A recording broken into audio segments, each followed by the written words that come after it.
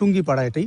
গোপালগঞ্জ ৩ আসনটি একটি গুরুত্বপূর্ণ আসন। আপনারা জানেন যে বাংলাদেশে ক্ষমতাচ্যুত দল আওয়ামী লীগের একটি শক্ত ঘাঁটি এই গোপালগঞ্জ এবং গোপালগঞ্জের এই ৩ আসনটিতে ক্ষমতাচ্যুত প্রধানমন্ত্রী শেখ হাসিনা এই আসন থেকে নির্বাচন করতেন। গোপালগঞ্জের ৩টি আসনই গুরুত্বপূর্ণ কারণ ক্ষমতাচ্যুত দল আওয়ামী লীগ এই নির্বাচনে তাদের ভোটারদের, তাদের সমর্থকদের ভোট বর্জনের আহ্বান জানিয়েছেন। তো আমরা সকাল থেকে এই ভোট কেন্দ্রে এসে যেটি দেখেছি যে ভোটার উপস্থিতি যেটা কি বলে যে অনেক আগ্রহ নিয়ে দীর্ঘ লাইনে যে ভোটারদের উপস্থিতি থাকার যে চিত্র আমরা বিভিন্ন সময় বিভিন্ন নির্বাচনে দেখে থাকি সেটি কিন্তু এই আসনের এই কেন্দ্রে আমরা লক্ষ্য করিনি।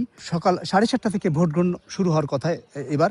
তবে এখানে সকাল পৌনে 7টায় পৌনে 8টায় প্রথম ভোট আমি দেখেছি এখানে ভোটার ভোট দিয়েছেন এবং 8টা সোয়া 8টা পর্যন্ত 8-10 জনের মতো ভোটারকে আমরা ভোট এখানে দিতে উপস্থিত হতে দেখেছি।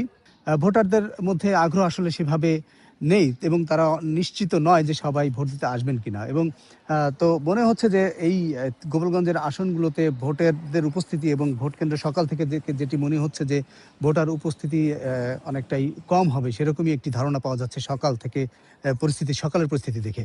আর সবখানেই কিন্তু আইনশৃঙ্খলা বাহিনীর নজরদারি রয়েছে। ভোট কেন্দ্রগুলোতে ব্যাপক পাহারা রয়েছে।